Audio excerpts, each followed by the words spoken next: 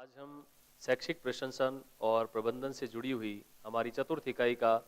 जो remaining part है उसके बारे में पढ़ने जा रहे हैं, जिसमें शुरू में मैंने आपको बताया था ऑटोक्रेटिक और डेमोक्रेटिक अर्थात आधिकारिक और लोकतांत्रिक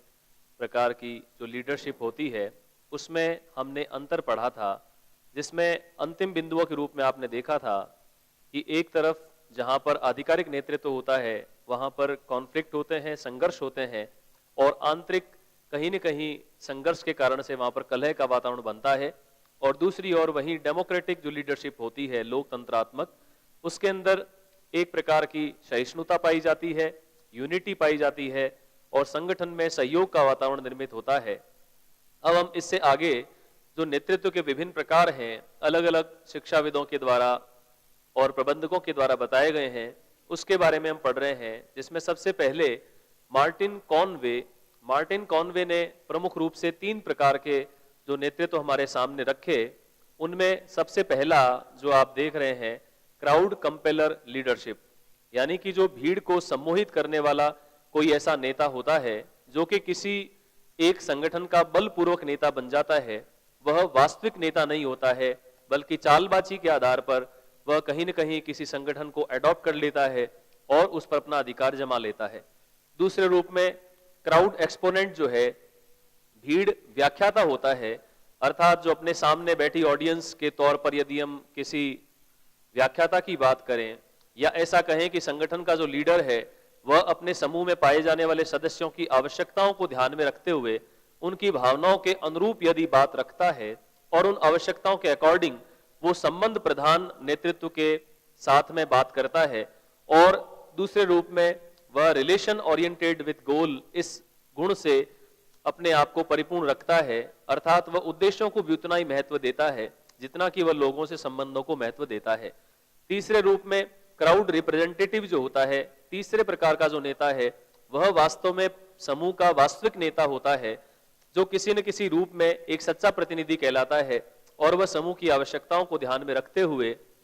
और सदस्यों से समरूप व्यवहार करते हुए एक भीड़ को साथ लेकर चलता है और अपने भीड़ में पाए जाने वाले या सबऑर्डिनेट्स जो उसके अंडर में कार्यरत होते हैं उनकी समस्याओं के समाधान के लिए कार्य करता है। वह सही रूप में उनके दर्द को समझता है या उनकी समस्याओं को सुनता है और उसके अनुसार विभिन्न प्रकार के अलग अलग उनके समाधान प्रस्तुत करता है। तो वह नेता क्राउड रिप्रेजेंटेटिव या भीड़ का सच्चा प्रतिनिधि कहलाता है, जो कि वास्तविक प्रतिनिधित्व का गुण अपने अंदर समाहित रखता है।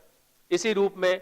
अगला जो प्रकार है वो सार्जेंट के द्वारा दिया गया। सार्जेंट ने लीडरशिप को अलग अलग प्रकारों में बांटते हुए यह बताया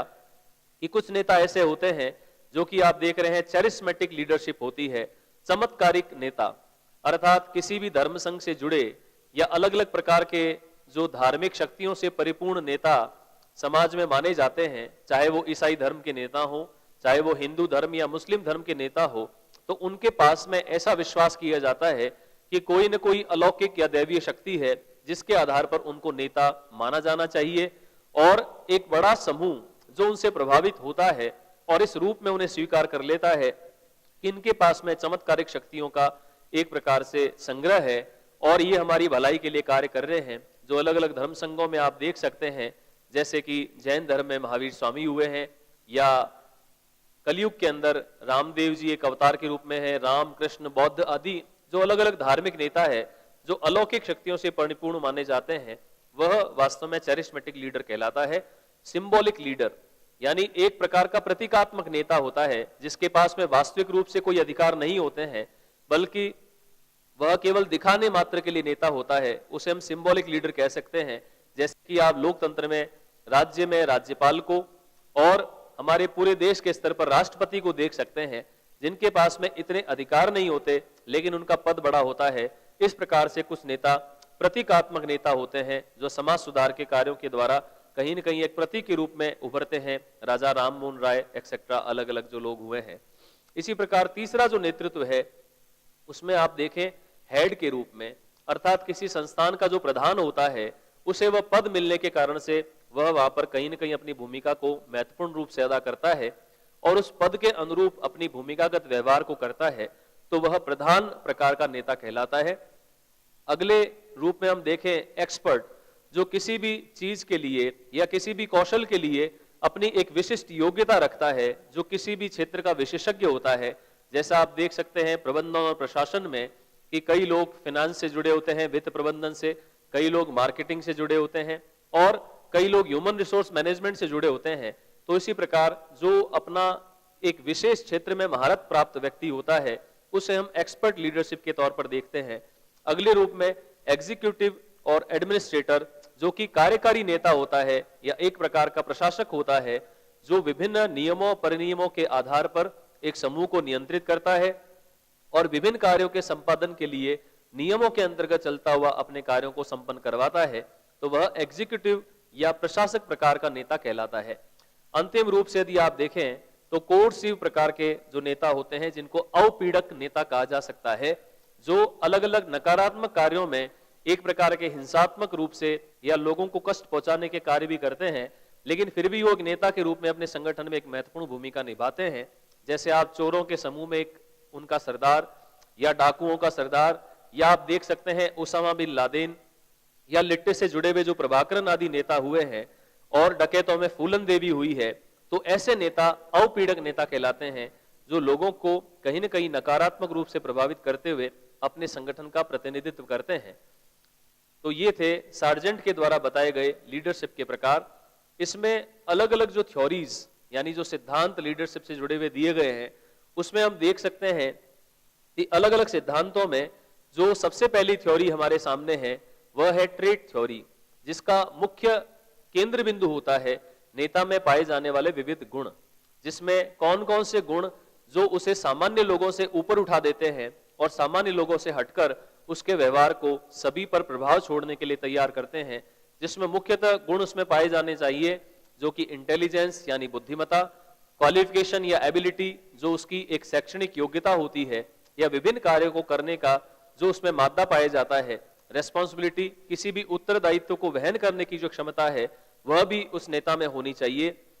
इंटरैक्शन एक्टिविटीज थ्रू एक्सचेंज यानी परस्पर लोगों के साथ में किस प्रकार अंत्यक्रिया और विचार विनिमय के द्वारा अपने कार्य को करवाने की जो कौशल है वह एक नेता में पाया जाता है। सोशल पार्टिसिपेशन सामाजिक रूप से जो सहभागिता होती है लोगों के समूह के साथ में, विभिन्न जाति धर्म वर्ग के लोग जो हैं उनके साथ में इंटरेक्शन करना और सामाजिक कार्यक्रमों में अपनी सहभागिता निभाना, जिससे कि वह लोगों में प्रभावशील बन सके और समाज के साथ में उसका सीधा जुड़ाव हो सके। अंतिम रूप से जो गुण सिद्धांत बात करता है high social and economic status, अर्थात वह नेता जिसका उच्च सामाजिक और आर्थिक एक परिस्थिति होती है, या जैसा मान सकते हैं किसी गांव के अंदर वह नेता बन जाते हैं जिस प्रकार उनकी सामाजिक रूप से वो जातिगत रूप से बड़े होते हैं, या ठाकुर इत्यादि जो जमींदार वगैरह होते हैं जिनके पास में धन संपत्ति और सामाजिक रूप से अपनी जातिगत स्थिति इतनी ज्यादा उच्च होती है जिसके कारण से वह नेता बन जाते हैं। तो मूलतः ट्रेट थ्योरी यानी गुण सिद्धांत इस बात पर जोर देता है कि यदि नेता में निम्नलिखित गुण जो भी हमने देखे पाए जाते हैं तो वो उन गुणों के आधार पर नेता बन जाता है। दूसरा जो थ्योरी हम देख रहे हैं बिहेवियरल थ्योरी यानी व्यवहारवादी जो शैली है वो इस बात पर बल देती है कि व्यक्ति का व्यवहार लोगों के साथ में कैसा है, वह लोगों के साथ में किस प्रकार से अपना व्यवहार निर्मित करता है। तो इसमें मुख्य रूप से केंद्र बिंदु है व्यक्ति का मनोवैज्ञानिक और सामाजिक व्यवहार, जिसमें वह लीडर और सबऑर्डिनेट्स के बीच में अर्थात जो प्रशासक और उसके नीचे पाए जाने वाले अधीनस्थ हैं उनके बीच में अंत्यक्रिया के माध्यम से अपना व्यवहार लोगों के सामने प्रदर्शित करता है और उसकी प्रशंसा के आधार पर लोग उसे नेता चुन लेते हैं। इसके व्यवहार के जो दो डायमेंशन जो अलग अलग आयाम हम देख रहे हैं, जिसमें ए नंबर पर है टास्क ओरिएंटेड और बी पर है रिलेशन ओरिएंटेड, यानी नेता अपने व्यवहार के आधार पर दो प्रकार का मुख्यतः पाया जा सकता है। एक ऐसा नेता जिसका पूरा ध्यान अपने लक्ष्यों को पूरा करने पर होता है और वह कार्यों को अधिक महत्वपूर्ण मानता है। दूसरे ऐसे नेता जो व्यक्ति के साथ में अपने संबंधों को ज्यादा महत्वपूर्ण मानते हैं, कार्यों को वो कम महत्वपूर्ण मानते हैं। तो इस प्रकार के दो व्यवहार अलग अलग परिस्थितियों में पाए जा सकते हैं। तो व्यवहारवादी शैली मुख्यतः व्यक्ति के व्यवहार पर बल देती है और ये कहती है कि अपने अच्छे व्यवहार की वजह से ही कोई एक व्यक्ति किसी समूह का नेता बन जाता है। सिचुएशन मेक्स लीडर थ्योरी, इसके अंतर्गत हम ये देख सकते हैं कि कई बार नेता में गुण न होने पर भी परिस्थितियां उसे नेता बना देती हैं। जैसे अगर आपको मैं उदाहरण देना चाहूं, बहुत सटीक उदाहरण, जिस समय राजीव गांधी एक पायलट हुआ करते थे और इंदिरा गांधी की अचानक से 84 में हुई डेथ राजीव गांधी को नेता बना देती है और वो रातों रात देश के प्रधानमंत्री बन जाते हैं। तो इस प्रकार से जो परिस्थितियां किसी व्यक्ति को नेता बना देती है, तो यह थ्योरी उस बात में विश्वास करती है कि नेता में गुण हो या ना हो, लेकिन परिस्थितियां जब उसके फेवर में होती है, जब उसके पॉजिटिवनेस में होती है, तो वह स्वतः ही नेता बन जाता है। तो इसमें हम देख सकते हैं, जैसा कि जर्मनी में हमने देखा हिटलर और ऐतिहासिक रूप से जो मुसोलिनी है, ऐसे नेता जो परिस्थितियों के कारण से एक पूरे समूह का नेतृत्व करने लगे और अनुकूल परिस्थितियों के कारण से वो पूरे समूह पर, पूरे विश्व पर छा गए। तो इस प्रकार के नेता परिस्थितियों द्वारा निर्मित होते हैं। दूसरा, अगर हम देखें कि अलग अलग प्रकार के जो एनवायरनमेंट पाए जाते हैं, चाहे वो सकारात्मक हो या नकारात्मक, वह मुख्यतः नेता की प्रभावशीलता में वृद्धि करता है। यदि सिचुएशंस आपके पॉजिटिव हैं तो वो आपको अच्छा नेता साबित कर देती है, और सिचुएशन यदि आपकी नेगेटिव है तो वो आपको एक असफल नेतृत्व भी घोषित कर सकती है। इस प्रकार से यह थ्योरी बल देती है सिचुएशंस पर, परिस्थितियों पर, जो कि नेता के निर्माण में बहुत अधिक महत्वपूर्ण होती हैं। अगले रूप में इंटरैक्शनल थ्योरी की यदि हम बात करें, अंत्यक्रियात्मक जो सिद्धांत है वो यह बात कहता है कि लीडरशिप निर्मित होती है लोगों के बीच में जो विचार विनिमय पाया जाता है। किसी एक व्यक्ति के बीच में एक अलग अलग प्रकार की जो अंत्यक्रियाएं पाई जाती हैं, किसी नेता के लिए आप अपना क्या मत बनाते हैं, उसे अच्छा कहते हैं, बुरा कहते हैं, वो पर्सन टू पर्सन एक दूसरे के सुनने के आधार पर वाचिक रूप से वह नेता या तो प्रसिद्ध हो जाता है, अच्छा माना जाता है, और या फिर वह नगण्य माना जाता है या असफल मान लिया जाता है। इस प्रकार से लोगों के बीच में या समूह में होने वाला अंत्यक्रिया जो है, एक दूसरे के साथ में जो बातचीत है, वो किसी व्यक्ति को नेता बना देती है, सफल नेता बना देती है, या वही बातचीत किसी नेता को असफल नेता भी बना सकती है। जिसमें स्टॉकडिल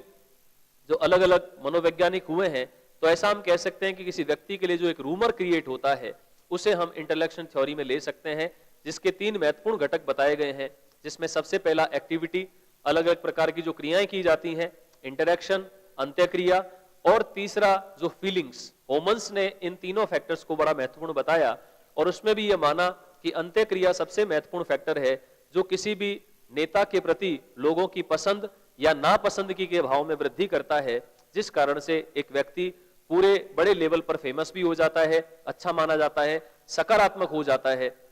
और बड़े लेवल पर, जैसा कि अभी वर्तमान परिस्थितियों में हम देख सकते हैं कि नरेंद्र मोदी एक स्टेट के मुख्यमंत्री होकर भी प्रधानमंत्री के रूप में जिस प्रकार एक नेता के रूप में उभरे और पूरे देश ने उनको स्वीकार किया है, और एक लहर सी चुनावों के दौरान उनकी चल पड़ी है, तो वो एक प्रकार की इंटरैक्शनल थ्योरी है जो लोगों के बीच में मतमतांतरों से एक व्यक्ति को बड़ा आकार और बड़ा रूप दे चुके हैं। दूसरे अलग अलग थ्योरीज में अगर हम 2-3 थ्योरीज को और देखें, तो जिसमें फॉलोवर्स थ्योरी यानी अनुयायी का सिद्धांत, जिसके मुख्य जो प्रतिपादक हैं वह F.H. सेनफोर्ड हैं, जिन्होंने ये बताया कि अनुयायी जब अपने मत से या अपने विचारधारा से किसी को नेता स्वीकार कर लेते हैं, तो अनुयायियों के किसी व्यक्ति को नेता मान लेने पर कोई व्यक्ति नेता बन जाता है। ग्रुप फंक्शन थ्योरी जो हमें बताती है कि समूह कार्य अर्थात कोई भी जो लीडरशिप होती है, नेतृत्व होता है, उसका प्रमुख कार्य होता है किसी भी समस्या का समाधान करना, यानी प्रॉब्लम सॉल्विंग अप्रोच में जो नेता कार्य करता है वह ग्रुप फंक्शन थ्योरीज पर विचार देती है, जिसमें प्रमुख रूप से प्रतिपादक है हेम्फिल, जिन्होंने लीडरशिप को एक समस्या समाधान की उपागम के रूप में परिभाषित किया। अब हम बात करते हैं नेतृत्व की शैलियों की, तो उससे पहले हमें यह देखना होगा कि शैली होती क्या है। शैली का मतलब है एक प्रकार का एक ऐसा विशिष्ट व्यवहार जो अधिकतर किसी व्यक्ति में परिलक्षित होता है। अर्थात हम देख सकते हैं जब किसी प्रकार की वेशभूषा, पहनावा, खान पान, बोलचाल का तरीका, तो हम उसे कॉल करते हैं कि इस व्यक्ति की शैली अलग इस प्रकार से है, तो उसे हम एक प्रकार का प्रशासनिक व्यवहार कह सकते हैं, जो कि किसी भी नेता में उसके व्यवहार में अधिकतर परिलक्षित होता है, जिसके माध्यम से वह पूरे समूह को प्रेरित करता है लक्ष्य की प्राप्ति के लिए, तो उसे हम शैली कह सकते हैं। प्रमुख शैलियों में 2 अलग अलग जो प्रबंधक हुए हैं, प्रबंध शास्त्री हुए हैं, उन्होंने हमारे सामने जो शैलियां रखी, जिसमें एक तरफ आप देख रहे हैं लिपहैम की थ्योरी और दूसरी तरफ है आपके गेटजेल एंड गुबा। और इन दोनों को यदि हम कंपैरेटिवली देखते हैं तो एक तरफ लिपहैम ने बताया कि एक थ्योरी जो नॉर्मेटिव, दूसरा उन्होंने स्टाइल का प्रकार बताया पर्सनल, और तीसरा उन्होंने बताया ट्रांजैक्शनल। तो इसे हम ऐसा कह सकते हैं कि जिस प्रकार से हम नॉर्मेटिव की बात करें जो आदर्श मूलक एक प्रकार की शैली कहलाती है, पर्सनल अर्थात व्यक्तिगत विचारों पर, व्यक्तिगत भावनाओं पर, और जो संबंधों को प्रधानता देती है वह व्यक्तिगत, और ट्रांजैक्शनल का मतलब जो व्यवहारी होती है, जो कि कार्य को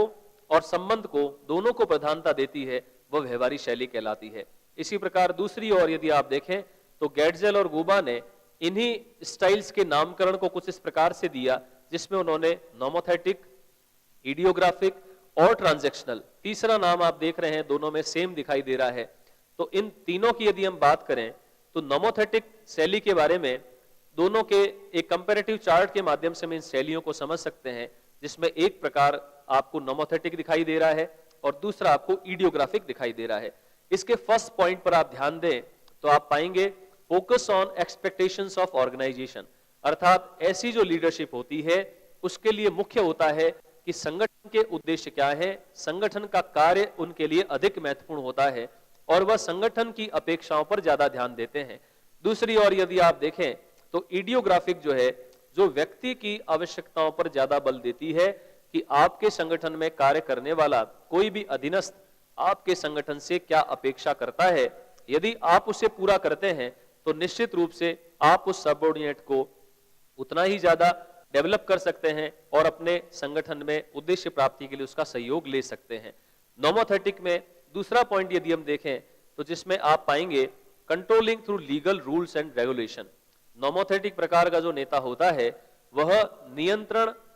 कानूनी तरीके से करता है, अर्थात किसी भी प्रकार के विभागीय नियम, सरकारी परिनियम और जो लॉज बाइलॉज होते हैं उसके अकॉर्डिंग वह सबऑर्डिनेट्स को नियंत्रित करने के भाव रखता है। जबकि दूसरी ओर इडियोग्राफिक जो है वह नेतृत्व व्यक्तियों के परस्पर संबंधों पर अधिक बल देता है और वह यह मानता है कि जहां पर संबंध अच्छे हैं तो व्यक्ति किसी भी संगठन में कार्य करने के लिए उतना ही ज्यादा एनर्जी से लग जाता है। तीसरे पॉइंट के रूप में यदि हम देखें तो वह नोमोथेटिक प्रकार का जो नेता होता है वह अपने संगठन में पाए जाने वाले जो व्यक्ति है उन जो अलग अलग रोल्स हैं, उनको जो भूमिकाएं दी गई है उसके अकॉर्डिंग ही उसका व्यवहार होना चाहिए, अर्थात वह एक बंधे बंधाए दायरे में विश्वास रखता है कि जैसी भूमिका जिस व्यक्ति को दी गई है उसका व्यवहार उसके अनुरूप ही होना चाहिए और उसका निर्देशन करने का कौशल भी लगभग इसी बात पर आधारित होता है। तो ये हुए हमारे नोमोथेटिक और इडियोग्राफिक में एक प्रकार का अंतर हमने समझा। तीसरे रूप में यदि ट्रांजैक्शनल थ्योरी पर आप ध्यान दें, व्यवहारी शैली पर, तो उसमें आप देखेंगे कि वह व्यक्ति की अपेक्षाओं और संगठन की अपेक्षाओं में एक प्रकार का बैलेंस बनाकर रखता है, समन्वय बनाकर रखता है, जिसमें वो व्यक्ति की अपेक्षाओं पर भी ध्यान देता है, उनके फुलफिलमेंट के लिए भी कार्य करता है और दूसरी ओर वह संगठन के कार्यों को पूरा करवाने के लिए भी अपना अथक परिश्रम करता है। तो इस प्रकार की शैली को हम व्यवहारी शैली का नाम दे सकते हैं। यदि हम मॉडल की बात करते हैं तो नेतृत्व से संबंधित एक मॉडल हमारे सामने प्रस्तुत किया टेरी और फ्रैंकलिन ने, जिन्होंने इंटीग्रेटेड अप्रोच के रूप में एक प्रकार का समन्वित मॉडल जो नेतृत्व का है उसे हमें बताया, जिसमें उन्होंने 4 बातों को महत्वपूर्ण माना, जिसमें मुख्य तत्व उन्होंने बताए लीडर, फॉलोवर, ऑर्गेनाइजेशन और सोशल वैल्यूज। अर्थात कोई नेता, उसके अनुयायी, संगठन, उसके क्या अलग अलग प्रकार के उद्देश्य हैं और साथ में सामाजिक मूल्य जो आसपास की परिस्थितियों में पाए जाते हैं, ये चारों मिलकर किसी नेतृत्व का निर्माण करते हैं।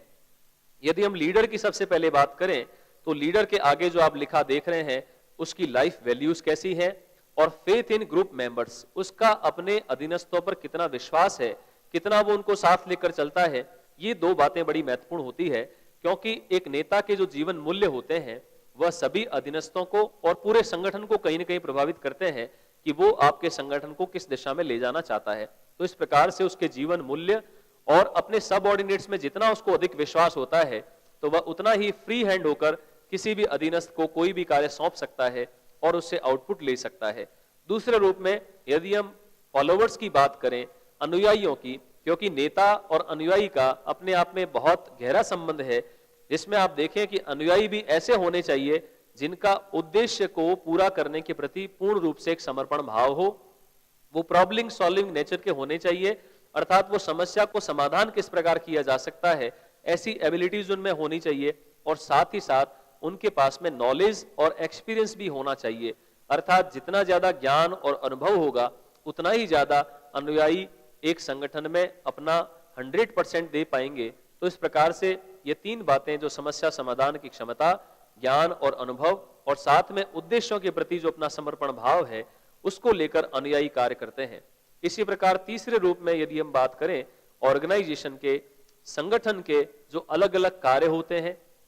स्पेसिफिक फ्रीडम होती है, यानी किस प्रकार से आपको स्वतंत्र रूप से कार्य करने के लिए संगठन में वातावरण प्राप्त हो रहा है, या विशेष रूप से आपको किसी भी कार्य के लिए स्वतंत्रता प्रदान की जाती है, और साथ ही साथ में वहां पर आपके कार्य को संपन्न करने के लिए क्या तकनीकी व्यवस्थाएं उपलब्ध है, कौन से संसाधन वहां पर उपलब्ध है, इन बातों का बहुत बड़ा प्रभाव पड़ता है कि आप एक नेता के रूप में उभर पाते हैं और आप अपने संगठन को एक दिशा निर्देश प्रदान कर पाते हैं। तो इस प्रकार संगठन के प्रमुख रूप से कार्य, उसके उद्देश्य और दी जाने वाली स्वतंत्रता और तकनीकी रूप से जो कुशलताएं हैं, उनमें यदि अच्छा वातावरण पाया जाता है तो वह संगठन उतना ही उत्तरोत्तर प्रगति करता हुआ देखा जा सकता है। तीसरे रूप में जो हम सोशल वैल्यूज की बात कर रहे हैं, तो जिसमें आप देखिए कि नेता हमेशा परिस्थिति के अनुरूप निर्मित होता है, तो नेता के स्टेप्स तभी प्रभावशाली हो पाते हैं जब वहां की सोशल एनवायरनमेंट और वहां की जो सिचुएशंस है वो उसके अकॉर्डिंग पॉजिटिव होती है। तो इसमें आप देखें वैल्यूज में बाह्य वातावरण, जिस संगठन में आप कार्यरत हैं उसके चारों तरफ कैसे लोग पाए जा रहे हैं, किस प्रकार का सामाजिक वातावरण है, किस सोच समझ वाले लोग आपके पास में हैं, डिसीजन का आपका समय कौन सा है, अर्थात कई बार समय विपरीत होने पर हम जो डिसीजन करते हैं वो फेल हो जाते हैं, और कई बार अच्छा समय होने पर, लोगों की पॉजिटिवनेस होने पर जो हम डिसीजन करते हैं वो एक्सेप्ट कर लिया जाता है। तो इस प्रकार से आपके डिसीजन का एरा या समय कौन सा है, साथ में वहां पर कौन सी सांस्कृतिक शक्तियां विद्यमान है, अर्थात आप किसी धर्म, जाति, क्षेत्र, अलग अलग प्रकार के जो लोग हैं, मानस हैं, मतांतर है, उनके बीच में आप कार्य कर रहे होते हैं, तो वो सामाजिक मूल्य भी आपके नेतृत्व पर बहुत प्रभाव डालते हैं। इसी तरह से सोशल और ग्रुप एक्टिविटीज जो हैं, अर्थात सामाजिक और सामूहिक रूप से होने वाली जो अलग अलग प्रकार की गतिविधियां हैं, वो आपके नेतृत्व को प्रभावित करती हैं। इस प्रकार से नेतृत्व का निर्माण इन चारों प्रकार के घटकों से मिलकर होता है, अर्थात नेता कैसा है, फॉलोवर्स कैसे हैं, संगठन किस प्रकार से कार्यरत है, और साथ में वहां की सोशल वैल्यूज किस प्रकार से रीजनरेट या जनरेट हो रही हैं, यह प्रभाव डालता है। इसे हम इंटीग्रेटेड मॉडल के नाम से जानते हैं। स्टाइल्स की फिर से हम बात करें तो कुछ स्टाइल्स जो है वो प्रभावशीलता के आधार पर डिफाइन की गई है, जिसमें दो प्रमुख ग्रुप हम देख सकते हैं। पहली स्टाइल है आपकी इफेक्टिव स्टाइल, और सेकंड स्टाइल है आपकी इनइफेक्टिव स्टाइल्स, अर्थात चार जो अलग अलग प्रकार की स्टाइल्स को आप देख रहे हैं, जिसमें सबसे पहली एग्जीक्यूटिव स्टाइल है, जिसमें रिलेशन के साथ साथ में टास्क, जो संगठन का कार्य या उद्देश्य है, उन दोनों को महत्व दिया जाता है, तो उसे हम कार्यकारी शैली के नाम से जानते हैं। इसी प्रकार दूसरे रूप में जो डेवलपर शैली है, अर्थात जो विकासात्मक शैली है, उसके अंदर relation oriented greater then task oriented, यह जो शैली होती है उसमें संबंधों को ज्यादा प्रधानता दी जाती है, बल्कि कार्य को उसकी अपेक्षा कम प्रधानता दी जाती है, और उसमें प्रत्येक व्यक्ति को विकसित करने का प्रयास किया जाता है। इसलिए यहां पर इसे डेवलपर या विकासशील या विकासात्मक शैली का नाम दिया गया है। तीसरे रूप में बेनेवोलेंट ऑटोक्रेटिक शैली, जिसमें हितकारी निरंकुश शैली जिसमें बताया गया है, और इसका प्रमुख गुण है इसमें कार्यों को अधिक महत्व दिया जाता है बनस्पत रिलेशन के, अर्थात इसके नेता का पूरी तरह ध्यान होता है कि वह किस प्रकार से किस कार्य को करवाना चाहता है, और वह बिना विरोध के उस कार्य को कैसे संपन्न करवा सकता है। इन पूरी टेक्स्ट को जानने वाला नेता जो हितकारी निरंकुश शैली कहलाती है उसमें पाया जाता है, और वो संबंधों को कम प्रधानता देता है, बल्कि संगठन के उद्देश्य पूर्ति और कार्य को करने पर ज्यादा ध्यान देता है। चौथे रूप में यदि हम बात करें ब्यूरोक्रेटिक शैली की, जो पूरे ही प्रशासनिक तंत्र में आप देख सकते हैं, जो नौकरशाही शैली है, जिसमें केवल नियम और परिनियम के अकॉर्डिंग अपनी औपचारिक भूमिका को पूरा कर देना मात्र उस नेता का उद्देश्य होता है, तो यह less related with task and relations, अर्थात संबंधों और कार्य दोनों से इसकी संबंधता कम पाई जाती है। ऐसी शैली को हम ब्यूरोक्रेटिक या नौकरशाही शैली के नाम से जानते हैं। इनइफेक्टिव स्टाइल्स में यदि हम बात करें तो 4 शैलियां हमारे सामने आती है, जिसमें सबसे पहला है कॉम्प्रोमाइजिंग शैली, अर्थात एक प्रकार का समझौतावादी नेतृत्व जो होता है, जो हमेशा दूसरों के दबाव में झुक जाता है। तो वहां पर टास्क को वो जितना महत्व देता है उतना ही वो रिलेशन को ज्यादा महत्व देता है। दोनों में किसी को भी या तो वो एक प्रकार से लागू कर देता है और दोनों न होने पर वो किसी को भी लागू नहीं करता है। तो ऐसे नेता अच्छे नहीं माने जाते जो किसी के दबाव में आकर किसी प्रकार का निर्णय ले लेते हैं। मिशनरी जो शैली है उसमें संबंधों को अधिक प्रधानता दी जाती है और ऐसा नेतृत्व हमेशा समझौते के मूड में रहता है। वह चाहता है कि संगठन में किसी प्रकार से हार्मनी बनी रहे, किसी प्रकार का झगड़ा या संघर्ष क्रिएट नहीं हो ताकि उसकी टेंशन्स में वृद्धि हो। तो ऐसी शैली को हम मिशनरी शैली कहते हैं, जो हमेशा समझौता करने के मूड में रहता है ऐसा नेता। ऑटोक्रेटिक नेता जो है, जिसमें task oriented related to relation, task oriented